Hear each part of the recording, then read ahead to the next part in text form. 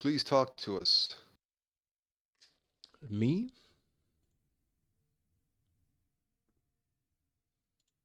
Luke, we put a big burden on you, Luke. And what I'm telling the guys here is the best way to disprove this cult accusation, which came up a lot in the Joseph debate, because look, the way he approached it was, uh, Luke is deceiving you guys, and I'm trying to save you from Luke. Don't be brainwashed, guys. Think for yourselves. And I'm just telling the guys the best way to combat that is if we all become equally powerful, knowledgeable, and wise. That way, it won't just be a cult. It'll be like, no, we all agree with this. I mean, if we are all equal and able to fight and to debate, they can't make the accusation whether it's a cult, that it's Luke's cult. It's all of us who read and have the same understanding. So I think that's the best way to combat these kinds of accusations. Well, notice how they don't call any other denomination that's full of heresy, like Baptists or Lutherans, cults. They don't call them cults. For them, the worst thing you can call another group is a cult. Why are we a cult? I mean, weren't they founded by horrible, wicked heretics? Did those horrible heretics like John Calvin and Martin Luther and uh, John Smith, who started the Baptist Church, did they have loyalty to the early church and an obedient attitude toward following the ancient teachings? No, not at all. They were rebellious against the early church's teachings. But that's not as big of an issue to the Orthodox or the Catholics as just the fact that we're small numbers. Guys, if they were honestly concerned about anybody's safety, they would say, stay away from that group. Stay away from Luke and Nolan and Christian Aramis, who, by the way, are always telling you to verify what they're telling you is true. But they'd say, stay away from those people. They aren't the early church. We're the early church. Let us show you that we are actually the ones who agree with the early church's teachings. And Luke and his friends that he's known for about 10 years are all lying. They're misrepresenting the early church. That's what they would say. They wouldn't just call us a cult. They would try to prove that they're the ones who match the early church's teachings and we're contradicting it. But they just aren't aware, guys, that you are all reading the early church and that we're encouraging you to. That's what we're all about. We want to be one big solid unit of knowledgeable people. How could, I mean, if we do claim to be the early church, how could we even prevent you guys from reading? Even if we tried to prevent you, we couldn't do that. Ultimately, somebody's going to call our bluff. Somebody's going to say, actually, you guys are just making your own version of Christianity. You're just making some new sect. And we can see that you're clearly contradicting the unanimous consensus. Why is it, guys, that we never encounter that? I have not encountered that in the few years that we've been talking to people online. Maybe we'll hear somebody say that, and of course we'll say prove it. We're going to bring our evidence. You bring your best evidence, but nobody's done that. What do you hear people say when we show them our beliefs and we say, look, we're getting this from the early church? What do they always say? Do they say, no, you guys are not being faithful to the early church? You're being you're being disobedient or you're being inconsistent. No, they never say that. They always say, well, the early church had a lot of problems, and the early church was wrong about a lot of things. And the early church fathers were primitive, and they just didn't know everything. They were still working out a lot of things. So you really shouldn't go with the early church. Nobody contradicts us. No, nobody actually says that we're lying about what the early church taught. I think Joseph was, They harm us, Luke, by calling us rigorous or Donatists. The yes, implication is that we're holding too closely to the Father. we're too strict. We're just too similar to the early church. Now, Joseph actually did try. I mean, the man just has no. He throws caution to the wind. The man doesn't have any common sense about engaging a very confident opponent. And he did dare to accuse us of lying about the early church's teaching on veiling. And you guys all saw how that went. And of course, you'd already seen the evidence before that debate. But he said we're lying about that the early church never taught that. I'm still amazed that he was so audacious as to accuse us of lying about that. And he just entered that debate and just got destroyed even by his recent teachers. One of the most respected teachers in all of Orthodox history is that man I quoted, Nicodemus of the Holy Mountain.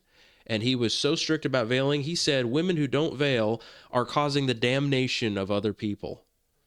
I mean, how could you use any more strict terminology? He said these women are who unveil themselves in public are going to be receiving a less strict judgment than Muslims and Jews, he was saying. And Joseph just jumped into that without even thinking. Luke, you said less strict. Or, yes, I mean a more severe judgment than Muslims and Jews, is what I meant to say. Yes, but at the end of the day, I mean, Joseph was a unique person in that he actually claimed we were lying about it. And I think he did switch to that in the end, just saying, well, they're too strict about it. But most people will say the early church is wrong.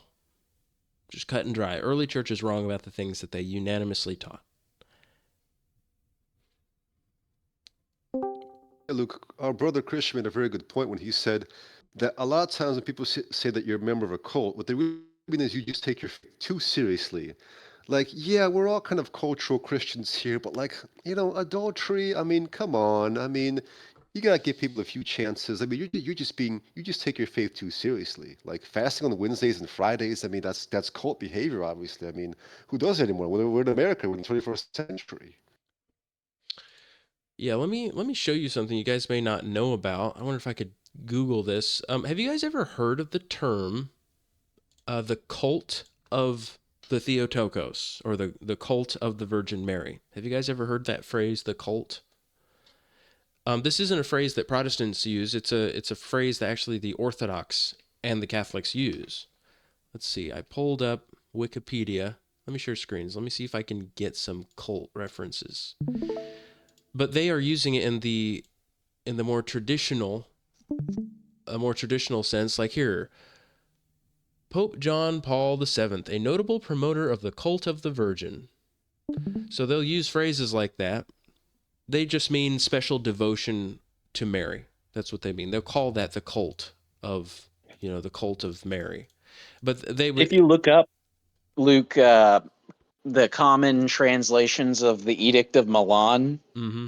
Constantine calls Christianity a cult, but he's doing it in like a just the classical definition word. Um, you have several examples of that. And Yes. obviously, that doesn't mean that you should just never go around and assume that everybody else knows the classical definition of a word. Words do change, usually due to ignorance, but they do change. And we have to be optical. But they are very like double-minded about this kind of thing as you're showing here, and they're being extremely uncharitable. Yes. They don't want to use Christian words. Right. Well, the Catholic Church, I know they have no problem with calling it the cult of the Virgin Mary. Like, I'm pretty sure, they call this Marialis Cultus. Marialis Cultus is the title of Mariological Apostolic Exhortation by Pope Paul VI. So that was something he made about. It's on this subject we're talking about, the cult of Mary. That's something that they would use. That phrase is a very common phrase they would use. Wikipedia is talking about the 12th and 13th century saw an extraordinary growth of the cult of the Virgin in Western Europe. Again, that's their phrase. That's their terminology. Nobody found that weird. We don't even find that weird. We would say it's blasphemy for them to say the things that they say about Mary. But just the word cult does not automatically mean that something is a heresy. It just means that you are especially following an individual and showing some kind of devotion. That's usually what it means, devotion to that individual.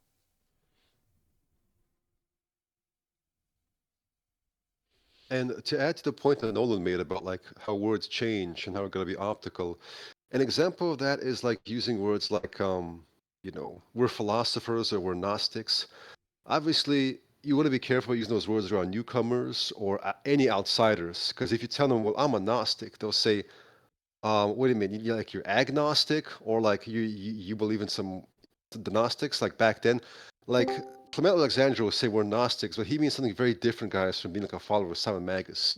So definitely words like that. Be very careful. If you say like I'm a philosopher, they'll say, oh, like Plato or like Socrates, because that's their whole. That's how they grew up. That's how they see the word. So definitely, guys, be careful about trying to use inner circle words with people who have no idea what you're talking about. Oh, for goodness sake! Please just use the the ancient terminology that we use. I don't think anybody would ever do such a thing, Aramis. That's not something. That's not even. I wouldn't call that inner circle phrasing. None of us say that we're Gnostics, even in an inner circle. But you are referring to people taking words, maybe some phrase from the early church, and trying to accuse them of some kind of heresy just by taking them out of context. That's kind of a separate subject. But yes, Clement of Alexandria, in his writings against the Gnostics, uh, exposes them for being very ignorant and very foolish and teaching all kinds of outrageous heresies. And he says, you call yourselves Gnostics, which comes from the Greek word gnosis, meaning knowledge. And he says, you guys don't really have knowledge. You're actually really ignorant. And you also have what the Apostle Paul would call knowledge that is falsely so called. So it's false knowledge. Or like Ronald Reagan said, he said, the trouble with our liberal friends is not that they're ignorant, it's just that they know so much that isn't so. So that's all Clement meant when he said, we're the real Gnostics. We have the true knowledge. You guys never should have called yourselves Gnostics. That's a joke. But he's not saying that's some kind of name that we're going to make for ourselves. We still just call ourselves Christians. He was just making a point that it's ridiculous that they would call themselves by that name because Christians are the ones who have the true knowledge. I guess a better example, when I was making my video, you pointed this out. You said, Aramis, don't use the words like use your logos. Say you be reasonable. Because we may know what that means, use your logos, but to someone trying to convince or preach to, they'd be completely confused about what it means to use your logos. Yes, well, they're always trying to sound so smart. Let me give you an example of that in the email that Joseph sent us today, where he was talking about praxis. He says, I'm going to make a series of pre recorded lectures on actual ante Nicene Christian praxis. What the heck is praxis? Praxis is just a Greek way of saying practice. Why would you say praxis? It's just a way for him to sound smart if he uses a word that's not in the common dictionary.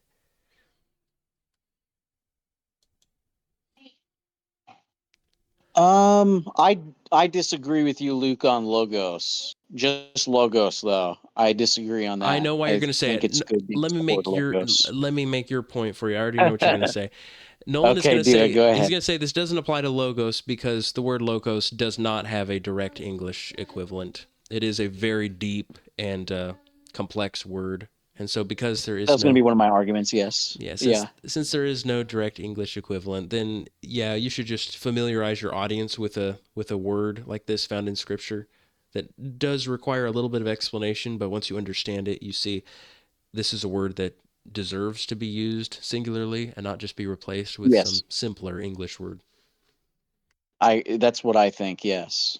It also was not an extraordinarily complex word. I mean, I'm not using noose or anything like that when I'm talking with people. You know what I mean? I'm just, but I'm talking about logos because I mean, it was a word that even John, who was illiterate, was using. And it's the best way to refer. I think you can refer to him as Christ, the Son of God, and Logos is a very good. He is the Logos. That's a name for him. It was a very common understanding back in the day. Yeah, praxis. These other things. These are just, I think, being a little bit silly. But Logos is like it's literally part of the Christian religion that Christ is the Logos and that we have Logos. They have to learn what that means. And I, above everyone else, am always talking about updating the translations and making them more penetrable. You just did it, Nolan. You mean accessible, understandable. Well, they can't get through. is my point. Excuses. Anyway, yes, but you would not ever replace logos because it is a biblical word, and it's such a special word for Christ that you can't just replace with something else. Just learn the definition of that word. If there's no English equivalent to a word, then we really should be using that English word, or that Greek word, I mean to say. If there's no English Yeah. counterpart, let's just learn a Greek word and use it. And a lot of words in English actually are Greek words. It's just people know the definitions of those words. They're in the common language. But there are certain words in Greek that we're not as familiar with and might as well just learn it. What are some examples of that? What are some words that we should only use the Greek version and that it becomes confusing if you're using English? I think one example would be the whole Proskuneo. the whole icon veneration debate, the distinction between bowing and serving. We can't just use the word worship. So many English translations just say worship, worship, worship, and it's translating the same word or two different words, or sometimes even three or four different words as worship. But you can't do Right. that. You need to make distinctions between these words. Same thing with Hades, Gehenna, Yes. Tartarus. Hades is the place of the dead. Gehenna is the fiery place in Hades. There's a good place and a bad place. In Hades, there's the fiery place called Gehenna, and then there's the blissful place, heavenly place it's like heaven. It's called paradise. There are some other examples where you want to know the Greek word. You don't just want to use an English equivalent, an English replacement. Epiousion? There's another example. Jesus says, "Give us this day our daily bread." But that's not the word he uses, and the church fathers talk about what that word for daily is. It means super substantial or above essence, above the earthly essence. It's something supernatural, something above the natural substance. But they just say daily.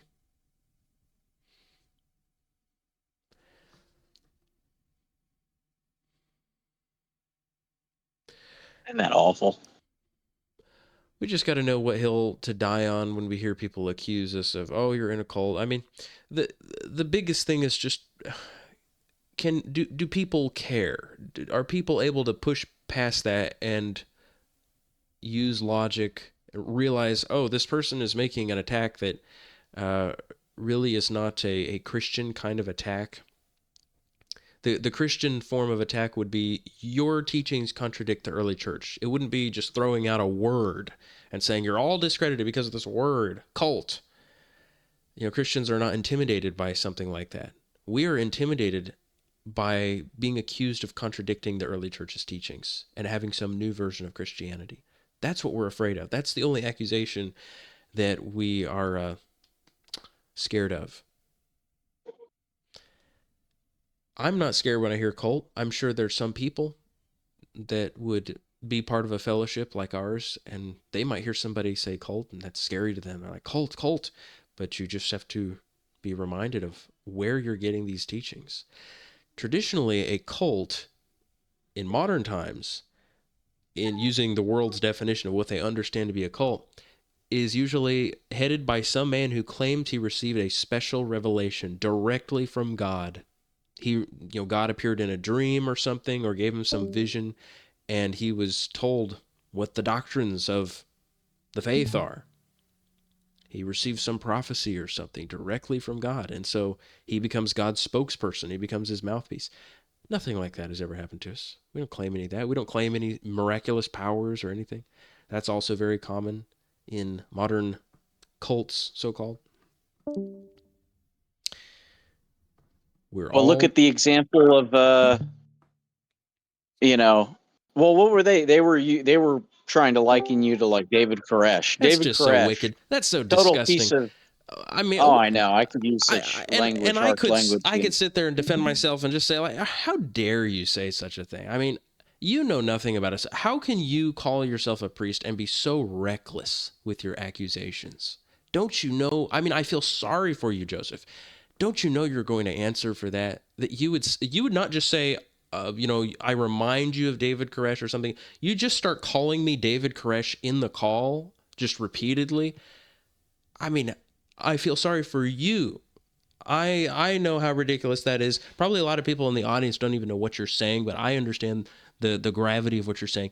David Koresh was this insane man who claimed he actually was Jesus Christ, okay? The man was absolutely out of his mind. He accumulated a bunch of followers, and he told their wives um, secretly, kind of like Joseph Smith did, that they all needed to marry him and be his wives. So he's committing adultery with countless women.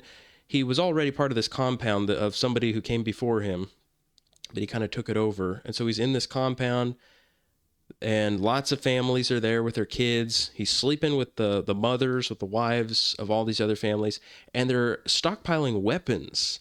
They are not pacifists. They intend to go to war against their enemies, even against the U.S. government. And they're a doomsday cult, and they believe it's all going to happen soon, that they're going to have to go to war and fight. And just despicable. Despicable leader. I mean, despicable man. And what do we Yeah, have that's in... always what it is. It's you've got the revelation crap going on as far as like claiming to either be God or be one of the two witnesses, or claiming that God spoke to you or an angel spoke to you. Then you introduce a novelty, something that nobody's ever heard of. You engage in wicked practices. You leech off of other people. Oh, You yeah. either take advantage of them Oh, you get sexually the or money? financially or Oh, yeah. both. Money, money, money. You're always asking for the money. You're taking their money.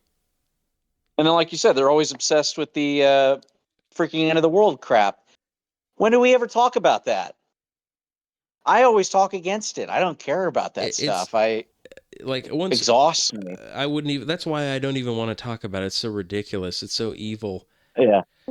We, the ones who are just telling people to listen to the early church, read the church fathers and make your own judgment too. If you think that we're not obeying the early church fathers, challenge us. Say, hey, I think you've missed it. And we would actually be thankful. Like I've been thankful to Christian and Nolan in the past, or even Aramis, who's only been with us, 3 or 4 years. I would say thank you for showing us something that we have been inconsistent about. I wouldn't even be upset. How could we be upset about that? We don't claim to know everything. We have been studying for a few years, and we do claim to know more than these fakers, the Catholics and Orthodox. We do claim to know more than them. But, that's just because they don't read the church fathers. If somebody were to read the church fathers really intensely and correct us, confront us about something, we would take the correction. We have said that from the beginning, from day one, literally day one, the first recorded call in that little playlist we made. You can hear us saying that we want correction. We don't want to do things wrongly. We want somebody to correct us if they notice it.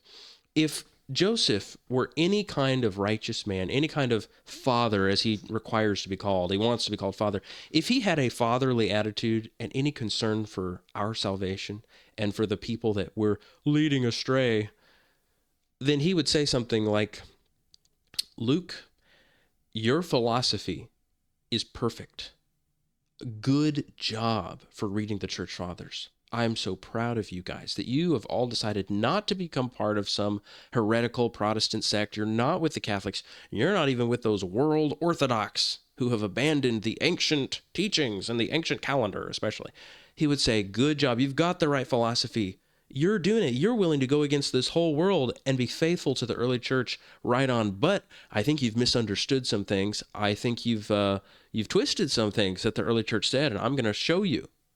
But did he ever say that? Did he ever indicate at all that we're doing the right thing, or that he's impressed to see a bunch of young men and women all doing this together, all investigating the early church's teachings and refusing to compromise? No. He Luke, just... he agreed with you. He in the debate, he agreed about uh how you're doing what Vincent says, but that you came to the wrong conclusion. Do you remember he said that? Yes. We even agree on the philosophy. He says, I've got the right philosophy, but I've just come to the wrong conclusions. Okay, Father, teach me, give me your wisdom. Don't start calling me David Koresh. How twisted to say that reading the church fathers and being part of a group of young men and women that read the church fathers and live in chastity and holiness and have families and children, I mean, that we are wicked, we are depraved. What did he say? We're vile to practice modesty. Oh, what a judgment that is coming on that man.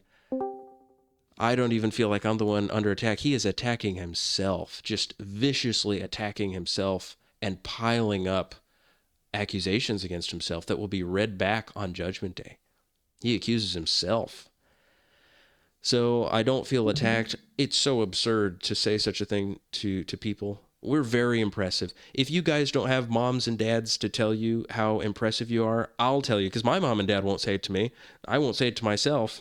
You guys can say it to each other, but I'll say it to you too. I'm going to say you were all very impressive to not want to be part of the Protestant churches. If I were your dad, I would be very proud of you. I would say, good job, son. Good job, daughter. I am so proud that you took this knowledge about the early church and you ran with it. You said, I'm going to look into this. I'm going to become knowledgeable. I will not rashly throw in my hat, throw in my allegiance to one of these groups. I want to know what the original version of the faith is. I want to obey Christ. I want to obey his church. That's a very impressive thing to do. You do stand out in this society today. You have to. It's the only way you're going to be saved. God is very proud of you. That's what Joseph ought to be saying, but so sick. These people are so far away from salvation. It's not even that they're close to it and they miss it. Guys, they don't have our philosophy. He had to say he agrees with our philosophy because he knows that's what his church pretends to agree with.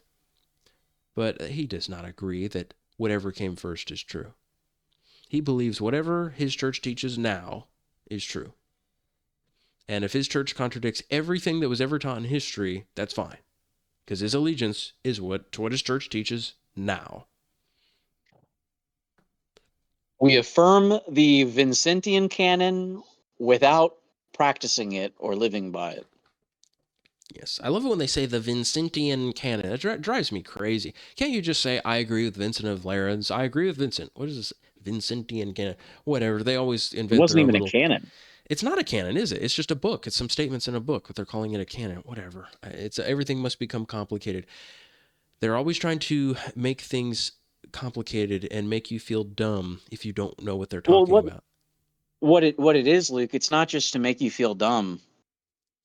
You know, every single if you listen to these people talk about like cults, for example, they'll say they try to make it a very like members only club. They have like certain like, oh, this is a tell, this is a red flag. If you do any kind of critical thinking though, you sit back and you're like, actually this applies to like anything though. This applies to like history. If you want to get into a class for any kind of trade, you go to a plumber, they'll start talking about things or history of plumbing that and terms related to plumbing that you're not familiar with that seem, you know, totally alien to you. You have to get caught up to speed to be able to speak their language so that you can get in the club. But that is what it is, though. I think that what it comes down to, Luke, is to make it a little bit more esoteric, and people have to learn the language. They have to like get involved, and it kind of like grafts them in and makes them part of it because they've invested time now. They Probably. have to learn all these terms. But there are already so many terms in Christianity that are foundational and have existed from the beginning. Who can keep up with all their new terms and that they act like everybody should know this? And then you question them a little bit and you find out they don't even know the basic terms that did exist from the beginning. They only know their modern terms. A lot of these people can't even tell the difference between paradise and heaven. You tell them there's a difference and they're like, what?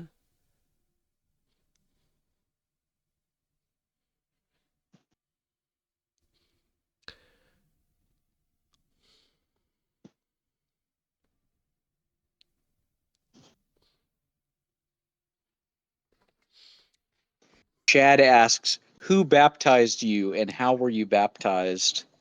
Who baptized me?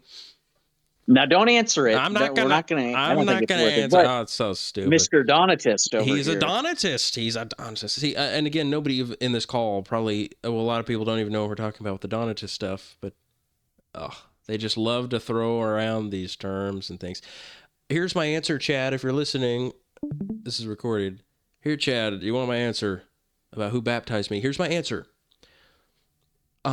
Chad, listen, I will let you baptize me. You can rebaptize me. In fact, if Enoch and Elijah, or whoever God ends up sending before the end comes, come to earth and they say, you, Luke, and you, Nolan, and you, Christian, and Aramis, and all of you guys in this group need to be rebaptized. Do you guys think we wouldn't be rebaptized? Of course we would be rebaptized. We would. If somebody said our baptism was not legitimate, we would do it. But I'm not going to be baptized by an idolater. I'm not going to be baptized by a blasphemer, a warmonger, an adulterer, a person who practices simony, a person who desecrates the bodies of the dead. I won't be baptized by you. So actually, just establish for me, first of all, that you are a Christian so that I'll even entertain a discussion with you, a friendly one that isn't a debate, because I would have to attack you, you heretic, if you are commanding people to commit idolatry. So just establish yourself as a Christian first, and then try to discuss the subject of baptism with me. But do you think that's even part of our discussion? You think I would entertain the idea of being rebaptized in your church if you're an idolater? Do you think that we should be baptized by idolaters, Chad, or any of you Cathodox? Do you? Of course, they're going to say no. If we are an idolater, or if we're idolaters, you should not be baptized by us, because that would mean we're extremely wicked. I say, okay. So let's establish whether you're idolaters or not. Why jump to how important it is for me to be baptized by you? I'm content with the baptism that I have because it was done correctly according to the way that the church says it ought to be done. And there's no way for me to receive a superior baptism unless God were to send Enoch or Elijah, because the only other alternatives are from wicked people such as yourselves, who ironically say that a baptism from anyone counts as long as it is done in the triune formula. You know, they say that, guys. The Catholics and Orthodox, for the most part, there are some little groups that disagree, but for the most part, they all say, as long as you were baptized in the name of the Father and the Son and the Holy Spirit, your baptism is legitimate. No matter who did it, that is what they believe. So what does Chad even mean by that? Always trying to discredit, but not discrediting us by attacking our doctrines. Always just taking some weird little avenue. Let's talk about doctrines. In fact, why don't the Cathodox just pretend that we are atheists or something? Let us show you what the early church taught, and then you try to refute us. Pretend I don't even necessarily agree with any of the doctrines I'm showing you. Just be objective. Look at what the early church said. Let us show you what we have found the early church said on all these individual subjects, and let us present that evidence to you. See, these Cathodox are such cowards. They know they're going to be slaughtered in a debate where we show them the early church condemning image worship, so ridiculous, Mary worship. They know they're going to be slaughtered. So what do over and over? Well, you guys just don't have bishops. That's all they can say. You guys don't have bishops. So you don't want to discuss your heresies. You've pretty much just admitted, you've conceded that you are heretics. So what does it matter that we don't have bishops? We'll never join you. You're not real bishops if you're heretics.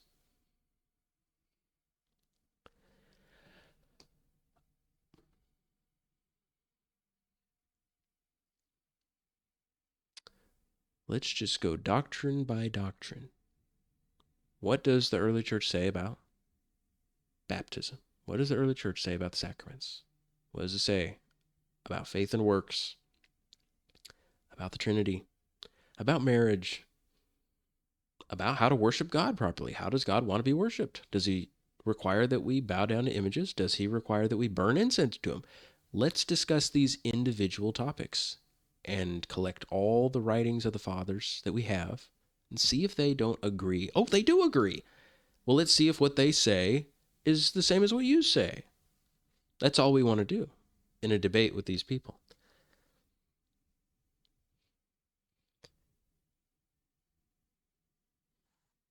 Which is, Luke, read what Nolan what did Nolan say? said. Chat. Nolan says, Luke put it really well the other day. We may teach a lot of heresies, but at least we have legitimate bishops to teach them. And then we would say in response, well, we may not have any bishops, but at least we have the original doctrines. Yeah, I did put it pretty well, didn't I? That's essentially what they're saying. They don't want to discuss their heresies. They just want to discuss the fact that they've got legitimate bishops. And we say, well, we know we don't have bishops, but we are teaching what the church taught from the beginning, which is actually the main job of a bishop. So what is the use of your bishops if they're teaching heresies? What is the use? That's like most of your job completely failed right there. We've got legitimate bishops to teach our heresies. Wow. Thank you, guys. Thank you so much. You're wonderful. You're wonderful shepherds of the sheep. But the truth is, they're not even legitimate bishops. That's the irony of all this, guys. It's not a choice between either having bishops in the Cathodox or not having bishops here with us. Guys, even if you go in their temples, you still don't have a bishop because they are not real bishops. We're all in the same boat here. There are not any legitimate bishops anywhere that we've seen. If somebody can show us, can prove that, hey, we're open to it. But apostolic succession in the realm of the ordinations was totally ruined by emperors being involved in the ordinations, which invalidates them. Not just in the ordinations, but also depositions. The emperor said, well, we've decided he's not a bishop anymore. They would actually bring these bishops to the emperors to have trials, like with John Chrysostom. Or Nolan and I were reading Augustine today, and Augustine was talking about another bishop who a bunch of other bishops said, well, let's bring him before the emperor to have a trial, and the emperor will decide whether he's going to be deposed or not. So ridiculous.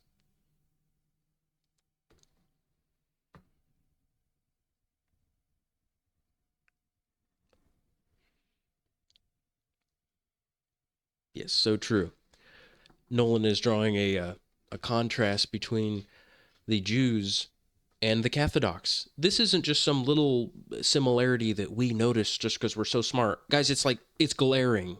The similarity between the Cathodox today, the Cathodox bishops, and the Jews. The Jews constantly stressed their connection to Abraham by birthright. They said, we have a lineage that goes back to Abraham.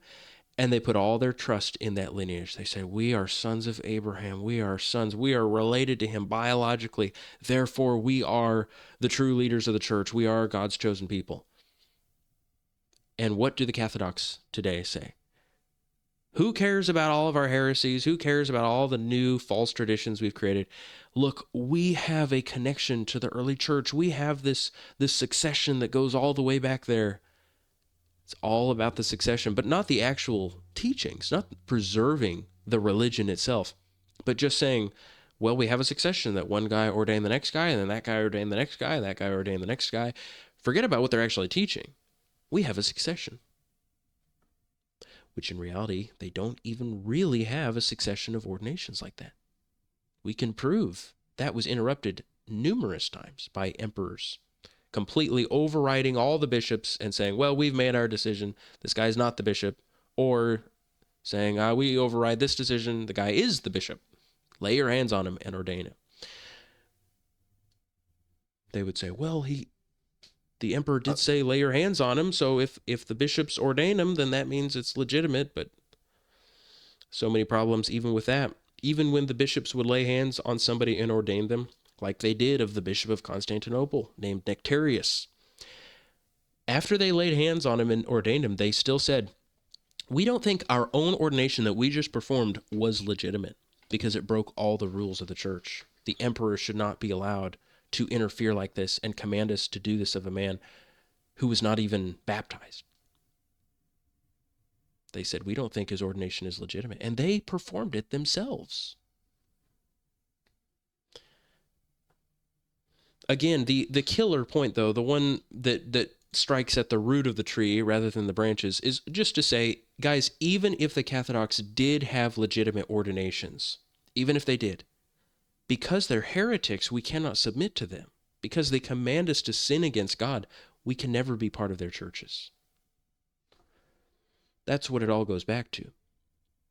And the truth is, I'll say this in a publicly recorded call. I don't think it's too damaging, but I'll make an admission. I would most likely submit to someone and receive the Eucharist at his hand, even if I didn't believe he was a legitimate bishop. I would submit to him and let him be my father and my guide and my shepherd. I would, even if I didn't think he was legitimately ordained, as long as he taught the original faith. I would do that. I would most likely attend the congregation of John Chrysostom, or anybody that we consider their ordination to have been corrupted and to be illegitimate. We would do that, most likely. I mean, that's my tentative answer. Maybe I would discuss the topic more with my brothers, and we might come to a different conclusion. But I'm just simply telling you, a little rashly, but still completely honestly and off the cuff, since I already do that with my brethren, since I already believe that we have no choice in the matter. We don't have legitimate bishops, so we do have to receive the Eucharist from a holy man, a very holy man, wherever we can find him. I would do that if I considered a man like John Chrysostom or any of those men to be a very holy and righteous man, and if he did preserve the ancient faith, I would have communion with him. I would receive the Eucharist from him. So even their discussion about whether they're legitimate bishops or not is irrelevant, because even if they were illegitimate, I would go to their churches if they taught the original faith, if they did not teach heresy and require us to believe their heresies. I would go. But they do teach heresies dogmatically, wickedly, and I can have nothing to do with them. How's that for an admission? Do they appreciate that?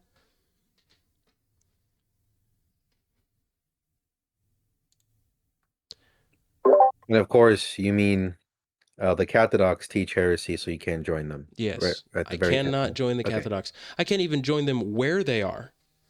I can't even join them in their big, ridiculous temples. Just the very place where they pretend to worship God is totally unlawful.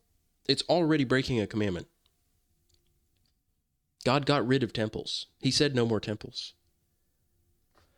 He said, "Woman, believe me, an hour is coming, and now is, when neither on this mountain nor in Jerusalem will they worship God. God is a spirit, and those who wish to worship God must worship in spirit and in truth." The Cathodox hear that, and they say, aha, we need to choose a different mountain and make a new temple, a third one. No temple, no building. That's what Jesus means. No temple. We're going to worship in spirit and in truth. What does it mean in spirit? Well, that means without a body, without a physical place. God does not have a body. You don't approach him physically in a corporeal sense. You only worship God through the mind. You approach him through the mind. That's what he means by in spirit, is that God is incorporeal. He does not exist in the physical realm. And then when he says in truth, worship God in spirit and in truth, the truth means you understand what is real and what is not. God does not want to be worshiped by types. He wants the real thing. All of the other forms in the Old Testament were types of the real thing, like having incense. That simply symbolizes prayers. It isn't actually prayers. He wants the real thing. He doesn't want the types anymore. All the symbolic analogies of God and of his temple and of prayers and of the sacrifice, all these things are done away. Now the truth is here. The types are done away with. So he wants to be worshipped incorporeally and in the true, fulfilled versions of these things that were spoken of in the Old Testament. That's how he wants to be worshipped. And the Cathodox think, oh, that means worship exactly like we did in the Old Testament with a temple and with incense. And even with things God has universally condemned across the board, like bowing down to lifeless blocks of wood and stone. No, I cannot join them for those reasons.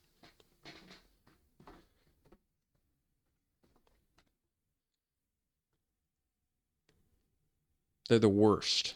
The Cathodox are just the worst. A combination of all the worst things in paganism, in Gnostic heresies, in Judaism. They're like a goodie bag. You don't know what you're gonna get. It's just random. It's garbage. Perhaps we should compile like scripture from the fathers on the nature of leadership and authority. Off the top of my head, I know that as soon as Saul broke the faith, God didn't say, "Well, he's still the leader, so you gotta follow him." I mean, what happened as soon as Saul rebelled? Didn't God send Samuel to anoint David? So as soon as Saul rebelled, there was a replacement king. It wasn't just like, well, just he's a bad guy, but continue to follow him, right? I don't know, Aramis. I don't think that's a very good example because David did continue to obey and be very respectful to Saul. Even the fathers actually But point that out. don't some of them say that he could have killed Saul if he wanted to, and he would have been justified? That might be a separate subject, though, Aramis, whether you'd be justified. And I don't think he was willing to kill Saul because he says he's the Lord's anointed. So it's a kind of a. I don't think I don't think he would have been by even his own admission. I don't remember the fathers ever saying that. The fathers always seem to say that David did the correct thing, the thing that he had to do. And that's why David was so angry when Saul was killed. He didn't congratulate the guy, if you remember. And that would be kind of a separate subject, but because by that time, David was recognized as king for the most part. And Kings, I don't think, are a very good example here. The priests, however, people have always fled from wicked, evil priests, even in the Old Testament. when the priests became worshippers of Baal in the Old Testament, nobody was participating in sacrifices with those priests. No righteous person. They all had to flee.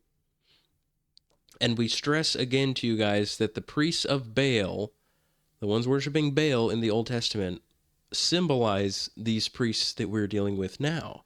Baal, in their language, means Lord. That's the definition of Baal. That's why when they're calling Jesus Beelzebub, that means Lord of the Flies or Lord of the Flyers, the demons. Baal means Lord. So there's this symbolism, there's this prediction God made in the Old Testament that Israel, that is the Christians, would be worshiping the Lord. They'd be saying, we're worshiping the Lord in fulfillment of what Jesus says. Not all who say to me, Lord, Lord. Yeah, because a lot of people think that they're worshiping the Lord, but they're actually worshiping the Antichrist, the false Lord, not the real Lord. And Elijah and the rest refused to participate with those people. They're like, but we're worshiping the Lord. Not the true Lord. You're worshiping the devil. You're worshiping the Antichrist that the devil created. The Antichrist is not just a living person. Remember what John says. He says the spirit of the Antichrist is already in the world. Every time someone creates a heretical sect and distorts the true version of Christ and his teachings, they make an alternate version that's twisted, has things added to it and taken away. That is the Antichrist. That's the spirit of the Antichrist. And it's more real to the majority of us. The vast majority of Christians who will have ever lived will have not ever, they will never have seen the Antichrist, whatever that final person will be. But everyone has encountered the spirit of the Antichrist. That was even around at the time of the apostles.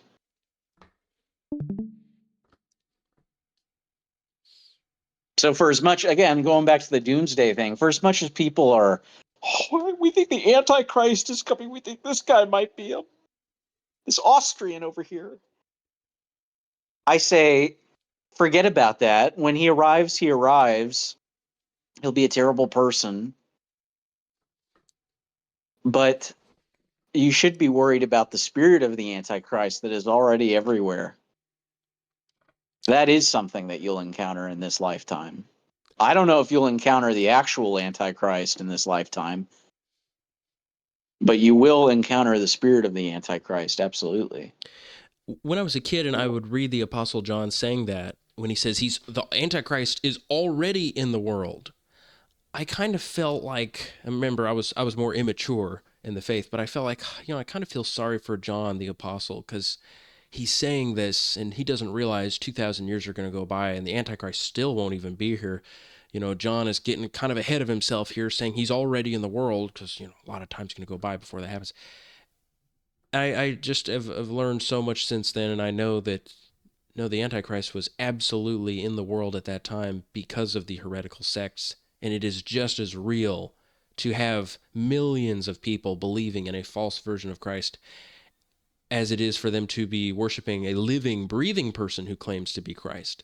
It's just as damaging. It's just as destructive to the soul. Hmm. And I just realized something. It makes so much sense why those heresies would obviously it'd be called the Antichrist, right? And us understanding what that word anti means, because now I guess it in our modern day, when you hear the word anti, you just mean opposite to, but we know that anti could just mean something close to or something like it. It's parallel to Um, it. It's up against yeah, it. And it can either mean that yeah, it's opposed to it, like fighting it, or it can mean that it's something close to it and actually similar to it. Like Peter Like uses that. antitype. Yes, Peter says that. He says the water of the flood is an anti-type of baptism. So he doesn't mean it's fighting against baptism, like contradicting baptism. He means no, it's parallel with it. It's similar to it. So the Antichrist is the Antichrist because he's going to be similar to Christ, not just because, oh, he's the opposite. It's like Superman and Bizarro. It's Dr. Jekyll and Mr. Hyde. No, he's not some opposite. He's very similar, extremely similar, but distorted. hmm. So like getting back to like Luke, the if my point though was Wait, Aramis, just oh, wait a I was second. Raheem was making a point. so it would make sense that these heresies obviously would come in those spirit in that spirit, because they're trying to imitate Christ. They're trying to fool people that they are preaching the true Christ, right? So it makes sense that they'd be in the spirit of the Antichrist, right? They're not teaching something completely opposed to, but they're trying to teach something that is at least giving the semblance of, like E- Christianity. So Exactly. It's a competitor. It's like when you have a restaurant that's doing really well and then somebody else opens up another business that's just like it to compete with it and take away business.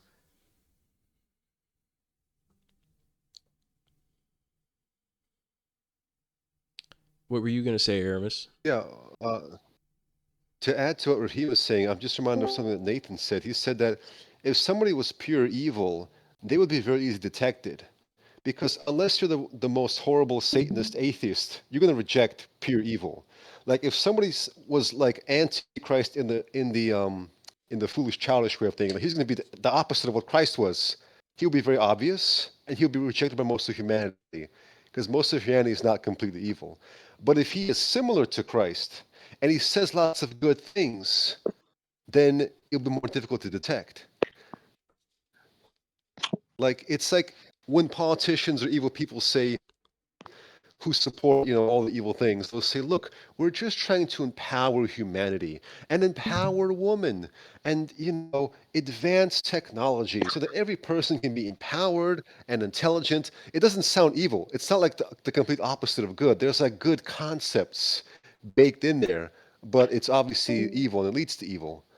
So am I correct in understanding that Antichrist wants you to do the opposite of what Christ did, but he will have some distortions in there?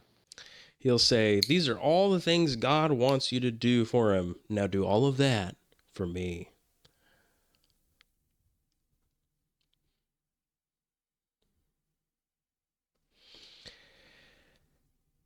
Oh, I cannot wait for Elijah and Enoch to come. Maybe they will be here. Maybe we'll get to see them in our lifetime. Wouldn't that just be amazing? I would follow them wherever they went. I would drag my family along with me. They could tell me anything. Luke, be rebaptized. Are you kidding? I'll do it in a second. Luke, leave all of your possessions behind. Leave all of your belongings. I would do it in an instant. Absolutely. I'm ready to go. You know, I mean, anything. We're not afraid to make sacrifices. Happy to make sacrifices. Happy to be hated by these idolaters.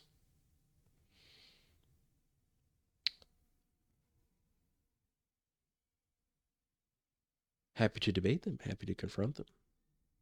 Not afraid. This is not a group of cowardly people. We're eager to confront those people, but in the appropriate time.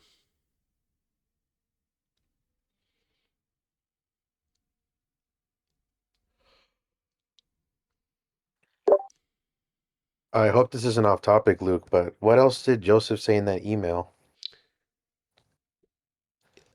If you want to share. I have no problem sharing. He really desperately wants a debate. He really wants that second debate. And I probably have it with him. But, I'm just not sure what the right time for it is. We just had this debate. I'm just sitting here thinking, what? It just doesn't seem right. I also have so much stuff going on in my life right now. What is the right next move after the first debate? What would we discuss? I don't think I want to discuss ordinations. It's too massive of a topic. Too much history is involved. Too much. I think we could enter a debate and I could just go over the same things I did before and just be very specific with them. Bring up some specific scenarios, like John Chrysostom being deposed and executed, and say, do emperors have the authority to depose people? I think he'd fumble. In fact, I think even if he heard the recording of this call and had all this time to prepare, like a week, I think I could still ask him that question in the debate and press him on it really hard and say, do emperors have the authority to depose a bishop? Are emperors bishops? Do they have more authority than bishops? What do you think requires more authority? Deposing a bishop, or being an emperor? Which thing are emperors allowed to do, and which one goes beyond their scope of authority? Do you think emperors have that authority? And he'd have to say emperors don't have the authority to depose, because he'd just be absolutely hammered on that. I could just sit there and be real specific and destroy in a debate like that. But it still doesn't get to the heart of the issue, because even if the ordinations were legitimate, if you teach heresies, you lose your authority, and we can't be part of your church. Even he himself believes that. You guys realize the entire Eastern Church excommunicated the Western Church because they were heretics. There was no formal excommunication between either side. The Catholics did not say, we hereby declare all Orthodox bishops to be illegitimate bishops. They never did that. And the Orthodox never did that on the Catholic side. We hereby declare the Pope is no longer the Bishop of Rome. You realize if they were doing that, then they would have actually sent over replacement bishops. They would have said, you, Pope, are no longer, we're officially calling you an illegitimate bishop. You're not in the church. You're not a Christian. And we're going to ordain a replacement, the true Bishop of Rome. Then you'd have these two rival bishops. The Orthodox never did that. They acknowledged all of them to just continue to be, go ahead and be a bishop, but you're all excommunicated. You've all fallen away from the faith. We're not even going to replace you. We just say, we have nothing to do with you. We won't associate with you. No formal deposition, just excommunication on the basis of heresy. And we're doing the same thing. You guys are heretics. You condemn the fathers yourselves. So like Hilary of Poitiers said, if you condemn the fathers, you automatically make your own ordination illegitimate. You take away your own authority. We agree with that principle. That's the root of the matter. Not whether the ordinations were done correctly in the first place, but whether you have any authority if you condemn all the fathers. And you don't. So let's discuss individual heresies. I would like to do Mary. I'd like to do the icon debate maybe right after. I would like to do a couple smaller debates before we do the huge icon debate, because after the slaughter of the icon debate, he is never going to want to debate me ever again. In fact, I'm shocked he wants to go again with veiling. He must think that I can't debate on the other issues as well as the veiling one. He must really think that. He must think, because he said that in the debate, or in the email here, he said, Luke is a one-trick pony. So he says I performed a really good trick. Great magic trick. I beat him on veiling, but I can't beat him on anything else. Okay. So he wants to go again. I'd like to get him on Mary, though, and on incense. The God hates incense. And the thing that they require in their churches is actually hated by God. If I could do both of those, then I would do the big icon debate, and it would be legendary. But I don't think he wants to do Mary or incense, and I would rather not jump straight to icons. I think he would love to do icons. He would probably love to do that, but it would just be too soon. It would just be... That's such a huge debate to have. I mean, I'd rather work my way up to it. I'd like to build up to it, a big finale. But here is the little thing. Hold on a second. Yes, Eli. Can I now watch the album? You're already done watching the movie? Yeah. All right. Well, it is time for your bed, isn't it? I want to watch a movie. Another movie. Another movie. That's crazy talk. I'm going to have my wife put the babies to bed. 1 second.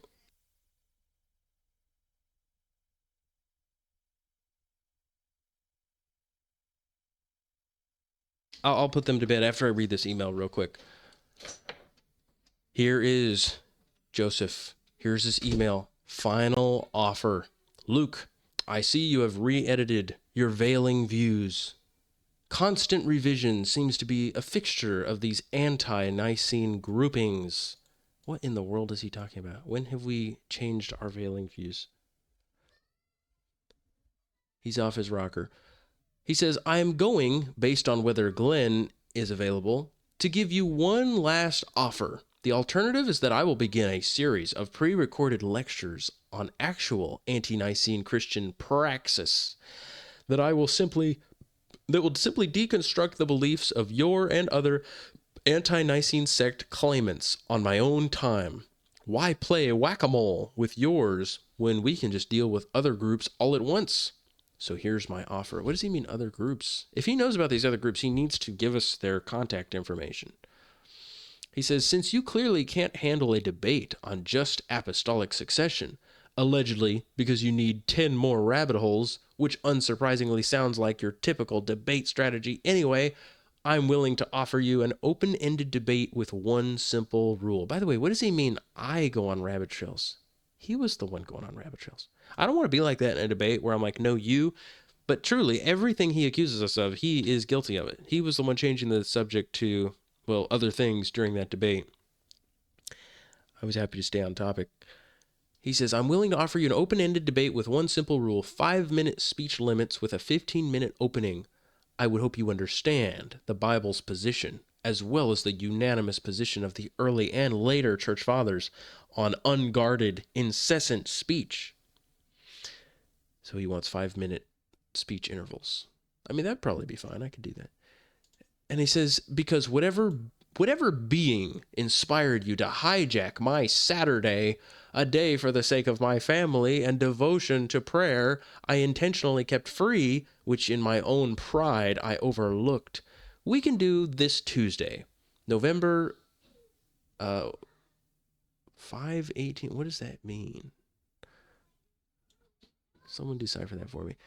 My Saturdays, Sundays, and Mondays were, and once again will be, non-negotiable. So through his pride, he debated me on a Saturday. That was a big no-no. So now he's only going to debate me on Tuesdays. He says, whatever your response, I'm wiping the dust off after this exchange or lack thereof. I'm not here to play Captain Save a cult, and your entire recruitment strategy relies on the continued oxygen of those with whom you argue. I did not know that. I did not know that the only way we recruit people is by having debates online. Is that true? He has so many false notions about us. He says, consider this my last offer, and I have prayed for your enlightenment to the true faith. Past that, I can only leave you to the dark forces to whom you have been in thrall. May God bless you. Wait a second. If I am in the thrall of dark forces, why would you pray your blessing on me? That makes no sense. He does not know what a blessing is. You would not bless someone. Do you think Peter would say to Simon Magus, may God bless you? Would he ever say such a thing? This man does not know how to bless somebody. The appropriate time to bless somebody. That's not the time to bless somebody when you've told them that they're possessed by a being that makes them teach heresies.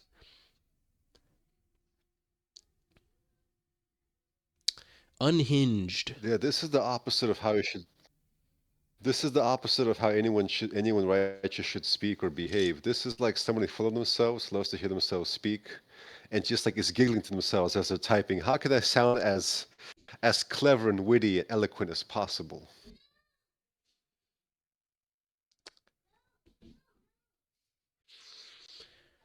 Luke, no one said that anti or both spellings of anti are the same thing. Yes, I mean, So guys, you can even look. um, You can even look in old writings from like the 1800s, and people use anti and anti the same way. When he talks about us, he calls us anti-Nicene instead of anti. But like, look at this. Look at this. John Wesley on the Church Fathers. I came across this some years ago. It's pretty cool. All of these are the same, but this is the one I'm used to reading. There's John Wesley, guys, founder of the Methodist Church. But he talks about how important it is to read the Church Fathers. This is a great section. If none of you guys have read this, it's really great. All of you read this. But look at the bottom here. In his spelling, he says, how much shall I suffer in my usefulness if I have wasted the opportunity I once had of acquainting myself with the great lights of antiquity, the Ante-Nicene Fathers? So in like 1700s, 1800s, I guess, did he write this in the 1800s, I guess? I know he lived in the 1800s. But yeah, for him, anti-Nicene is the same as anti. Somehow our spelling over time changed. And nowadays, if you Google it, Google will say, oh, yes, there's a big difference between anti and anti, but there actually is none. They both come from the same Greek word. It just means opposite to, parallel to, up against. That's what it means. So anti-Nicene means just before Nicaea, or it can also mean those who go all the way up to the point of the Council of Nicaea.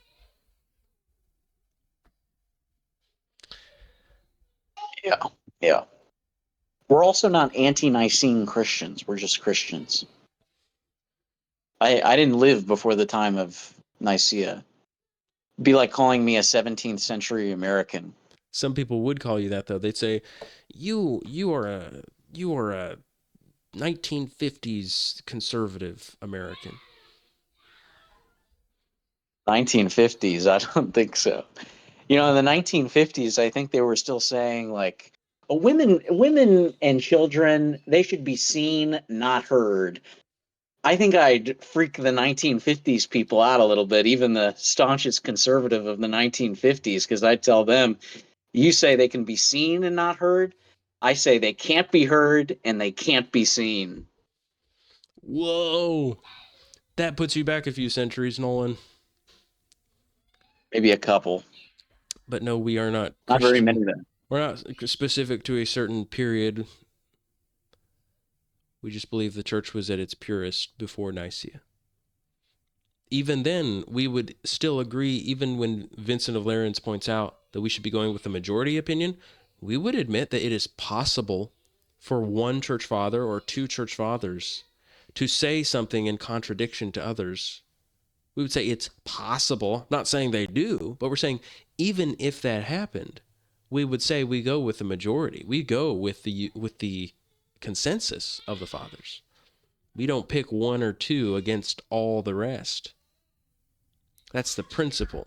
So even when we say, the anti-Nicene church, even then we're not saying we believe there was never any corruption, there was never a bishop who fell away and became a heretic. You know, we are never saying we're not saying such a thing. We know that there have been sinners. We know that there have been depositions in the church of clergy, even during the Ante-Nicene period. But we are obeying the unanimous teaching of all the fathers, just like the Catholics and Orthodox say we should, and just like they claim to do themselves. We're actually doing it. And we're obeying the command to not assemble in a church of heretics. That is an ante-Nicene teaching and a post-Nicene teaching. See, we're anti and post-Nicene. Again, our beliefs are not specific to one period. Our beliefs were universally held for many centuries. And we thank God that we were commanded not to join those people, not to assemble with them. Even in the post-Nicene church, they did say that. Don't assemble in a heretical assembly. Even if he's legitimately ordained. Okay, I got to put some babies to bed. I'll be right back. You guys keep talking.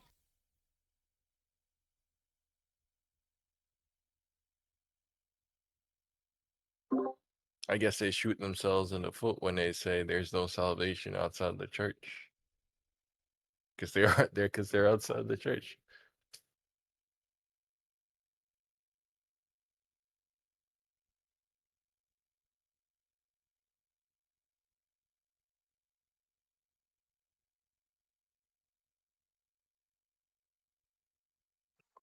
I guess it's a good fulfillment, or not fulfillment, but it's a good application of Christ's words about judge not lest you be judged. Because they're practically judging themselves at that point for that reason, because they aren't the church or they're outside of it.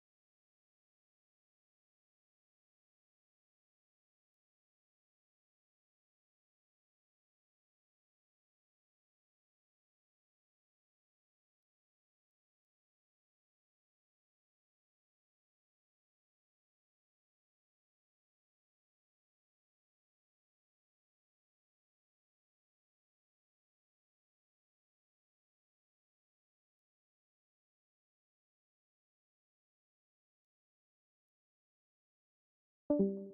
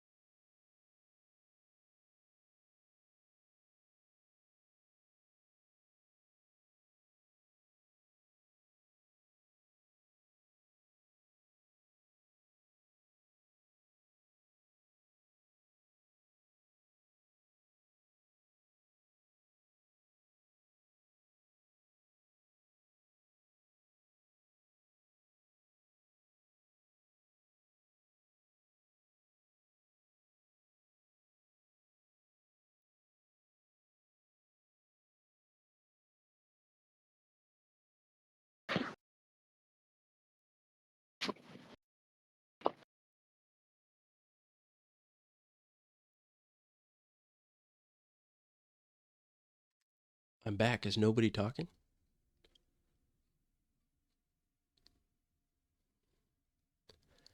Hello? Nope. Nobody's Not a speaking. single word. Complete silence. Okay, well, I have a question. Daniel, you're new here. I'm just wondering if there's anybody in this call who has not read, who's not heard the fathers explicitly say that we are not supposed to gather with bishops who teach heresies. Have you heard the fathers explicitly say that? Because if you haven't, you need to hear them say that. We have heard that explicit command from many church fathers. That's why we're not with those people. I heard it before. Okay. Well, can you give me any examples, Daniel, that you remember us referencing?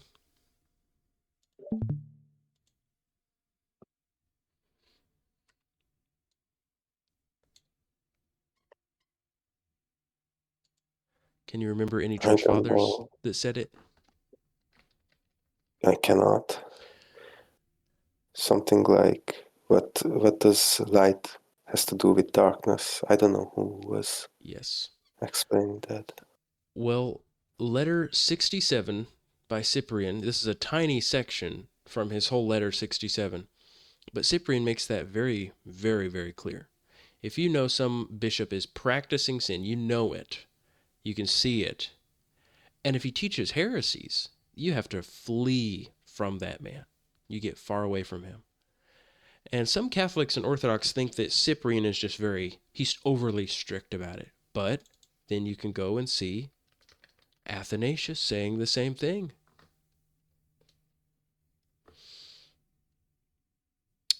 Yes, he says you're supposed to run from the communion of men whose opinions we hold in execration. Execration just means you absolutely hate it. You know it is evil. And Athanasius is the one who has the most writings because he's living during the Arian crisis. He has the most writings on the subject of running away from corrupt bishops. And he says it would be better if you just lived out in the wilderness like Elijah. He says every place is full of hypocrisy and impiety so far as the emperor is concerned. And wherever there is a pious person, that just means a religious person, and a lover of Christ, and there are many such everywhere, as were the prophets and the great Elijah, they hide themselves. And either they withdraw into caves and dens of the earth, or they pass their lives in wandering about in the deserts. And then he goes on to write a letter. It's called The Letter of Athanasius to His Children. That's the name of the letter that they have online. And he just tells them, it's true. They have the place, but they're outside of the true faith, while you're outside of the place indeed, but you have the faith within you. And he encourages them to be separate, not to be in those churches. But somebody might say, well, that's just Cyprian and Athanasius. You know, that still doesn't have much weight. We have many more. But what about apostolic constitutions, which says If it's not possible to go to the church on account of the unbelievers, you, O bishop, shall assemble them in a house, that a godly man may not enter into an assembly of the ungodly. For it's not the place that sanctifies the man, but the man sanctifies the place. And if the ungodly possess the place, avoid it, because it is profaned by them. Now, what does he mean by the ungodly? Is he talking about atheists taking a church? No, atheists don't care to live in a church or to worship in a church. He's talking about corrupt priests. How do you know that? He says, if the ungodly possess the place, avoid it because it's profaned by them. For just as holy priests sanctify a place, so do the profane priests defile it. He's talking about priests who are heretics. He says, and if it's not even possible to assemble either in the church or in a house, let everyone by himself sing and read and pray, or 2 or 3 together.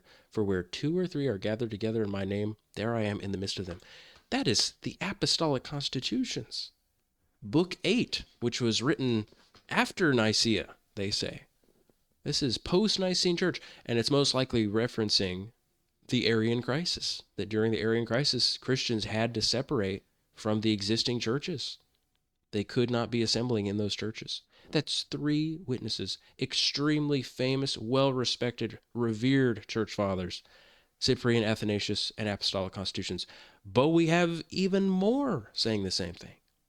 And we've had calls, Danny. If you haven't heard us going through all these quotes, this is on the apostasy section of the website, then we can give you a link to some of those calls that we've had.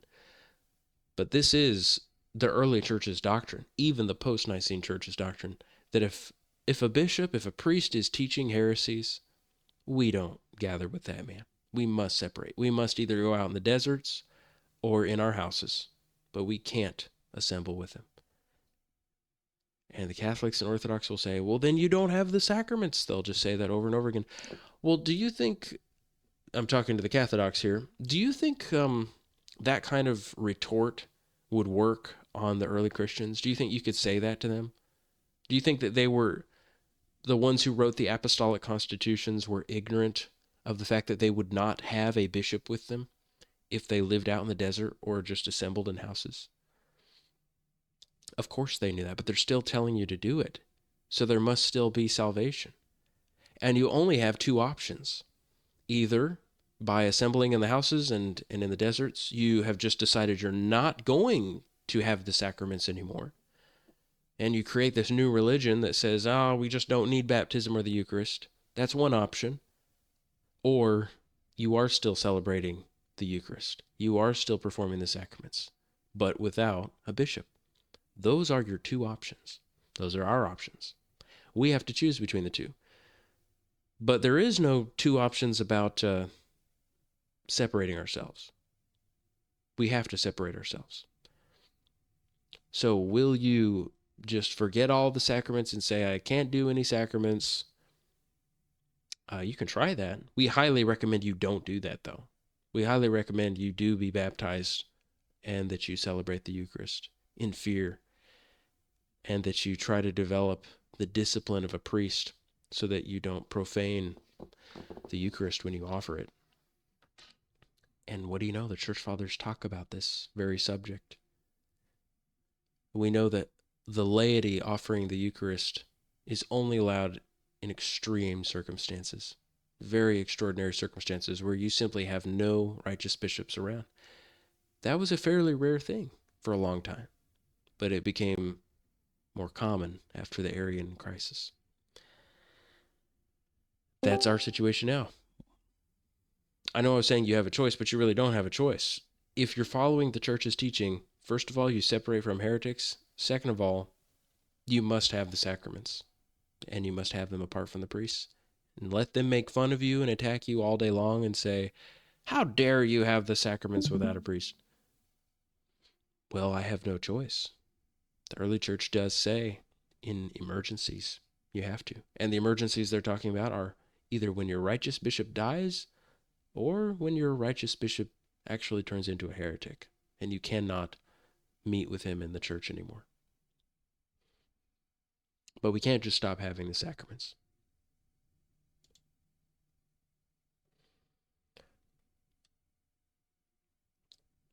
We just have to make sure we're doing them correctly. The ordination is not the only thing that makes a sacrament valid. They act like it is. These Cathodox actually act like your ordination is the only thing that makes your sacrament valid. Ridiculous. The holiness of the person offering it is the main thing when offering the Eucharist in particular. It's very important that we offer up a pure sacrifice to God, that we not be practicing sin. What Cathodox can offer a pure sacrifice to God? When they cut a piece off of the bread and offer it to Mary in the same sitting.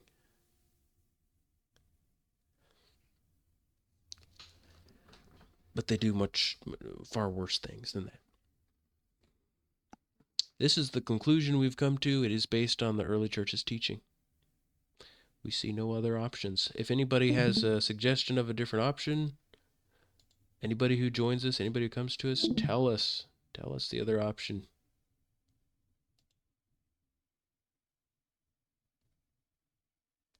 Oh, definitely, David. If I were to wait months and message him again, I'm sure he'd take us up on a debate.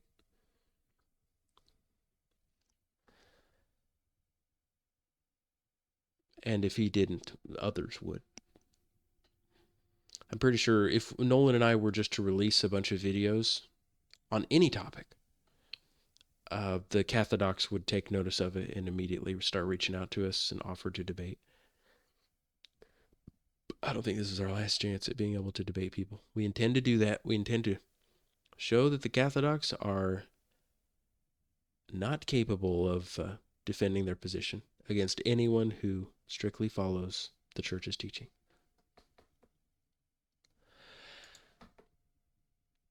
I would read more for you, Daniel. I would read a bunch more of these, but if you're already familiar with them, then I won't do it. And I'll send you links to the videos where we read these tons and tons and tons and tons of quotes. So many. On the subject of separating from heretical priests. You can send me those. I will look at them. I will do that for you.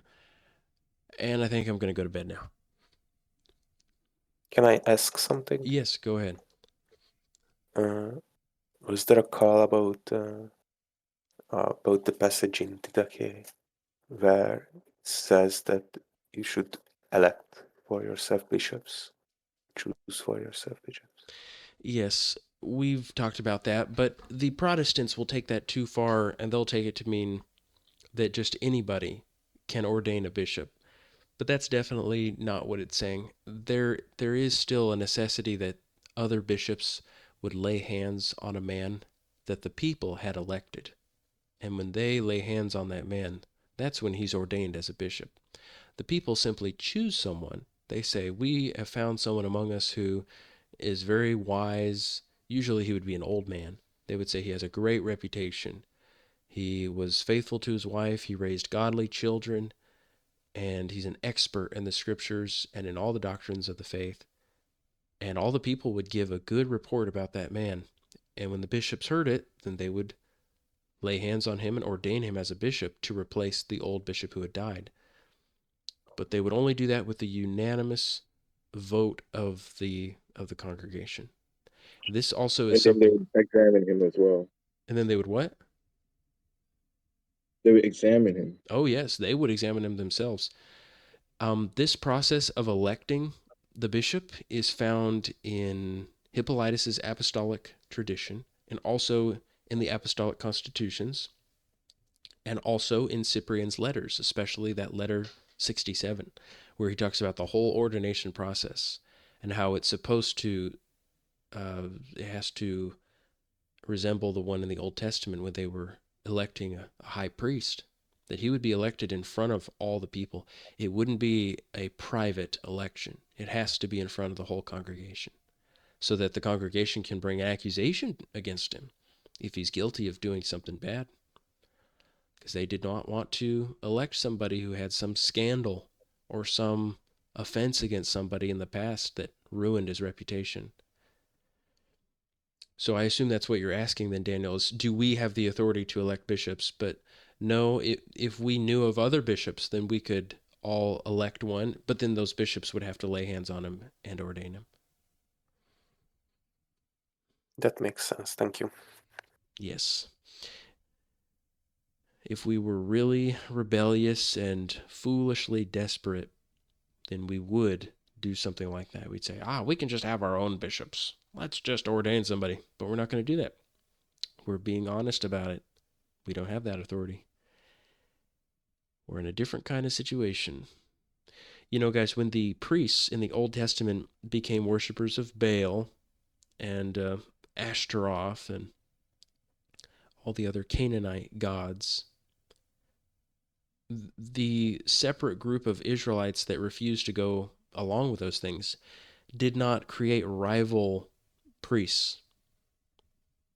They recognized they didn't have that power. They just separated themselves and lived far away.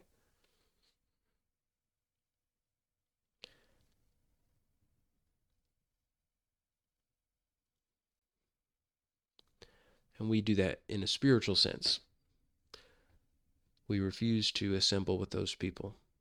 I thank God that they are guilty of not just one heresy, but more than we can count, so that it's so overwhelming that they are heretics and that we're supposed to stay away from them.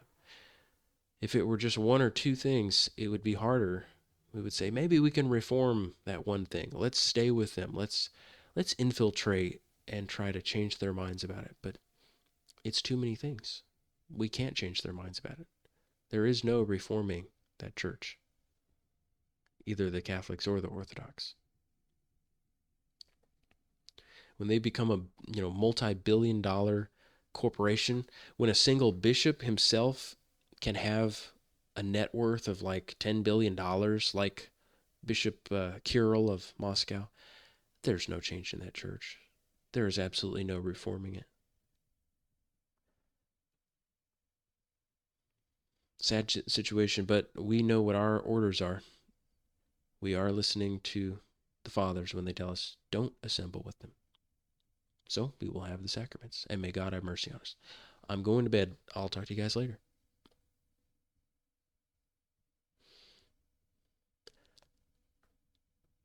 God be with you.